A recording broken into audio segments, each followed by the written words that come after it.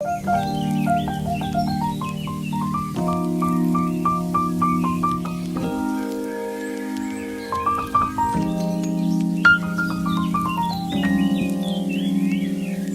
எல்லாருக்கும் வணக்கம். நான் தான் உங்க சுகன்யா. எல்லாரும் எப்படி இருக்கீங்க? நல்லா இருப்பீங்கன்னு நினைக்கிறேன்.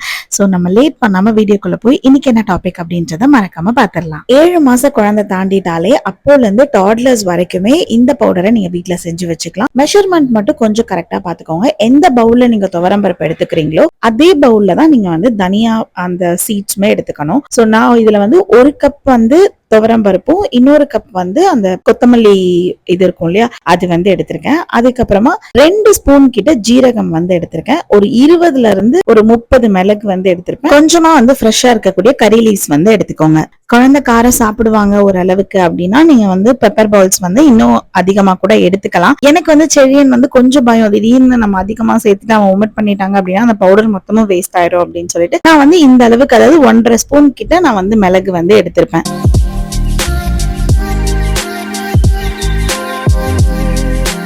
இப்போ நல்லா ஹீட் ஆன உடனே துவரம் பருப்பை போட்டுக்கலாம். போட்டுட்டு ஸ்லோ ஃபிளேம்ல ஒரு 3 to 4 மினிட்ஸ் கிட்ட நம்ம நல்லா வறுத்துட்டோம் அப்படின்னா நல்ல ஒரு அரோமா கிடைக்கும். நான் இந்த வீடியோவை நைட் எடுக்கிறேன். ஸோ நான் துவரம் பருப்பை ஈவினிங்கே நல்லா 2ல இருந்து 3 டைம் நல்லா வாஷ் பண்ணிட்டு அதை நல்லா ஃபேனுக்கு கீழே ஆற விட்டுட்டு அதுக்கப்புறமா ஃப்ரெஷ்ஷா நான் இங்க செய்யறேன். நீங்க டைரக்டா பண்ணாலும் ஓகே தான். வாஷ் பண்ணிட்டு அப்படியே நீங்க இந்த பேன்ல போட்டு ஃப்ரை பண்ணி எடுத்துக்கணும். பட் வாஷ் கண்டிப்பா பண்ணிருங்க. இங்க பாத்தீங்கன்னா ரொம்பவும் கருகாம நல்லா ஒரு கோல்டன் ப்ரௌன் ஆயிடுச்சு. இப்ப இதை தனியா எடுத்து வச்சுட்டு அதுக்கப்புறம் தனியாவை போட்டுக்கோங்க. ஒண்ணு வறுக்கிறது ஒரு டைம் பொறுத்து. சோ அதனாலதான் தனித்தனியா நம்ம வறுக்கிறோம். அதே மாதிரி எல்லாமே ஈக்குவலா வறுப்படணும் அப்படின்றதுக்காக தான். அடுப்பை ரொம்ப ஹைலயே வச்சிடாதீங்க, உடனே கருகிடும். சோ இங்க பாத்தீங்கன்னா இதுவும் நல்லா பொரிஞ்சு எடுத்துருச்சு. சோ இப்ப இதையும் தனியா வச்சுட்டு அதுக்கப்புறம் அந்த கறி லீவ்ஸ், ஜீரகம் மாதிரி எல்லாத்தையுமே ஆட் பண்ணிக்க போறோம்.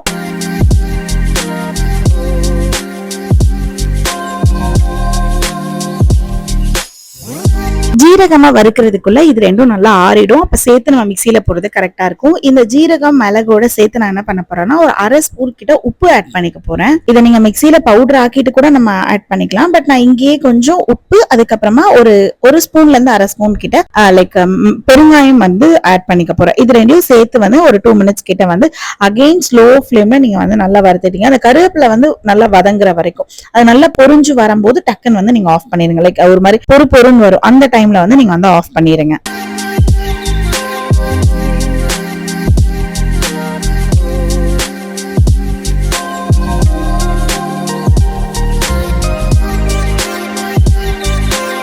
ஒரு சின்ன நெல்லிக்காய் அளவுக்கு புளி மட்டும் ஆட் பண்ணிக்க போறோம். இது அந்த ஹீட் இருக்கும் இல்லையா அந்த பேன்ல, அந்த ஹீட்லயே நம்ம வறுத்துட்டா போதும். லைக் லைட்டா 2 நிமிஷம் ஜஸ்ட் சும்மா பெரட்டி விட்டுட்டா போதும். இதுக்காக அடுப்பை லைக் ஹீட் பண்ணணும் அவசியம் இல்லை. இதையும் நம்ம அதோட சேர்த்து இப்ப எல்லாத்தையுமே சேர்த்து நம்ம மிக்சியில பிளெண்டர்ல அரைச்சு எடுத்துக்க போறோம். அன்னைக்கு பிளெண்டர் கொஞ்சம் ஈரமா இருந்தது என்னோடது, அதனால நான் இந்த மிக்சியில போட்டு அரைச்சு எடுத்துக்க போறேன். இது ஈஸியாவே பவுடர் ஆயிடும். சோ அதனால இதை நம்ம சலிக்கணும் அப்படின்ற அவசியம் கிடையாது. நல்லா மிக்சியோ பிளெண்டரோ நல்லா ஈரம் இல்லாம இருக்கணும். அப்பதான் நம்ம அரைக்கிற பவுடர் நல்லா பொழு பொழுன்னு இருக்கும். லைட்டா ஈரம் இருந்தா கூட ஒரு மாதிரி பிசுறு தட்டின மாதிரி ஆயிடும்.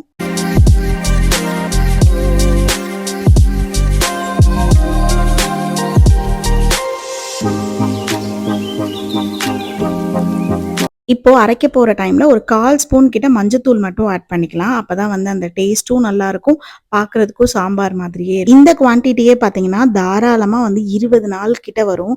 வீக்லி ஒரு 2 தடவை கொடுத்தா கூட தாராளமா 15ல இருந்து 20 நாளைக்கு வரும். ஸோ அதனாலதான் இந்த மாதிரி குவான்டிட்டியில அரைச்சுக்கோங்க. இல்ல சிஸ்டர் எனக்கு நிறைய வேணும் அப்படின்னா நீங்க தாராளமா குவான்டிட்டியை டபுள் பண்ணிக்கோங்க. நீங்க எவ்வளவு டபுள் பண்றீங்களோ பருப்பு அதே அளவுக்கு தனியாவையும் ஆட் பண்ணிக்கோங்க.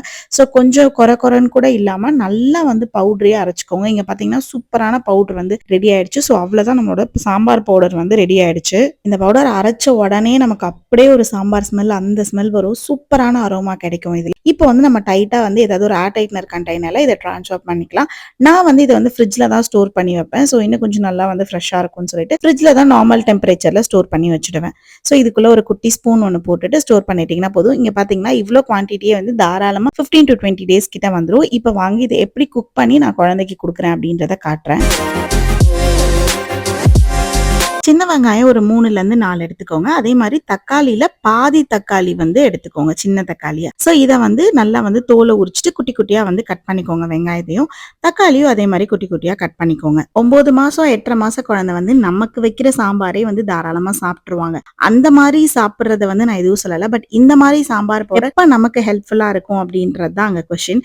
இப்ப நீங்க ஒரு இட்லிக்கு வந்து கார சட்னி அந்த மாதிரி வைக்கிறீங்க அப்படின்னா அந்த கார சட்னியை வந்து குழந்தை வந்து கண்டிப்பா அடாப்ட் பண்ணிக்காது. அப்ப குழந்தைக்குன்னு ஏதாவது ஒரு சட்னி செய்யற மாதிரி இருக்கும். இல்ல நமக்கு ஒரு பிரியாணியோ இல்ல வந்து ஒரு புலாவோ ஏதோ ஒண்ணு பாஸ்மதி ரைஸ்ல ஏதோ ஒண்ணுத்துல நம்ம செய்யறோம், அவ்வளோ ஸ்பைசஸ் போடுறத வந்து குழந்தைக்கு கண்டிப்பா கொடுக்க கூடாது. அது 2 வயசு வரைக்கும் உள்ள குழந்தையா இருந்தாலும் சரி, 2.5 வயசுல இருக்க குழந்தையா இருந்தாலும் சரி, அதை வந்து கொஞ்சம் நம்ம கட் பண்ணிக்கலாம். அந்த மாதிரி டைம்ல இந்த மாதிரி சாம்பார் பவுடர் நம்ம வீட்லயே ரெடிமேடா இருந்துச்சு அப்படின்னா ரொம்ப ஹெல்ப்ஃபுல்லா இருக்கும். இப்ப கொஞ்சமா எண்ணெயில வந்து நான் ஜீரகம் கடுகு மட்டும் போட்டுட்டு சின்ன வெங்காயத்தையும் தக்காளியும் நல்லா வந்து வதக்கிக்கிறேன். எவ்வளவு தூரம் நல்லா சாட்டை பண்ண முடியுமோ வதக்கிட்டு நம்ம அரைச்சு வச்சிருக்கோம் இல்லையா பவுடர், அதுல வந்து 2 ஸ்பூன் கிட்ட போட்டுக்கிறேன். உங்களுக்கு நைட்டுக்கும் சேர்த்து வேணும் அப்படின்னா இல்ல இன்னும் கொஞ்சம் எனக்கு கெட்டியா வேணும் அப்படின்னா நீங்க 3 ஸ்பூன் கூட போட்டுக்கலாம். பட் நான் இங்க வந்து என்னோட ஸ்பூன் கொஞ்சம் பெருசு, அதனால 2 ஸ்பூன் கிட்ட ஆட் பண்ணிட்டு நல்லா வந்து கிளறி விட்டுக்கிறேன். சின்ன டம்ளர்ல 1 டம்ளர் கிட்ட தண்ணி ஆட் பண்ணிக்கோங்க. நான் நைட்டுக்கும் சேர்த்து எனக்கு வேணும் சிஸ்டர் அப்படின்னா அப்போ ஒரு 1.5 டம்ளர் ஆட் பண்ணிக்கோங்க. நான் நைட்டுக்கும் சேர்த்தே தான் வைக்கிறேன். சோ அதனால 1.5 டம்ளர் நான் இதை வச்சு யூஸ்வலா நான் இந்த சாம்பாரை வந்து நைட் டைம்ல தான் வைப்பேன். நான் முக்கியமா சொல்ற மாதிரி இந்த கார சட்னி அந்த மாதிரி வைக்கிற டைமுக்கு இது எனக்கு கொஞ்சம் ஈஸியா இருக்கும். தோசை இட்லி பொங்கல் எல்லாத்துக்குமே அந்த உப்பு கொஞ்சம் எனக்கு பத்தாத மாதிரி இருந்துச்சு. ஸோ அதனால இங்க மட்டும் லைட்டா நான் ஆட் பண்ணிக்கிட்டேன். லிட் போட்டு ஒரு 3 to 4 மினிட்ஸ் கிட்ட கொதிக்க விட்டுட்டோம் அப்படின்னா சூப்பரான சாம்பார் வந்து ஆல்மோஸ்ட் ரெடி ஆயிடுச்சு. அதுக்கப்புறமா ஒரு சின்ன ஸ்பூன்ல கொஞ்சமா நெய் மட்டும் ஆட் பண்ணிக்கிறேன் அந்த டேஸ்ட்டுக்காக. ஆட் பண்ணிட்டு அகைன் லிட் போட்டு க்ளோஸ் பண்ணிட்டு ஒரு 2 மினிட்ஸ் கிட்ட இறக்கிடுங்க.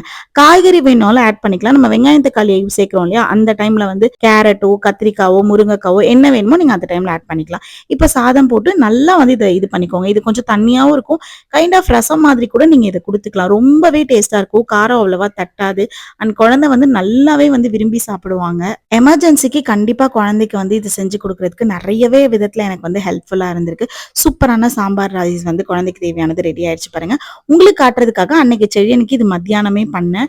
யூஸ்வலா நைட்டுக்கு இட்லிக்கு தோசைக்கு அந்த மாதிரி தான் பண்ணுவேன். இங்க பாத்தீங்கன்னா தெரியும் செழியன் வந்து நல்லா விரும்பி சாப்பிடுறாங்கன்னு சொல்லிட்டு இதே மாதிரி உங்க பாப்பாக்கும் செஞ்சு கொடுங்க. நல்லாவே வந்து விரும்பி சாப்பிடுவாங்க. பிகாஸ் டேஸ்ட் நம்ம வைக்கிற சாம்பார் மாதிரியே தான் இருக்கும், தனிச்சு எதுவுமே இருக்காது.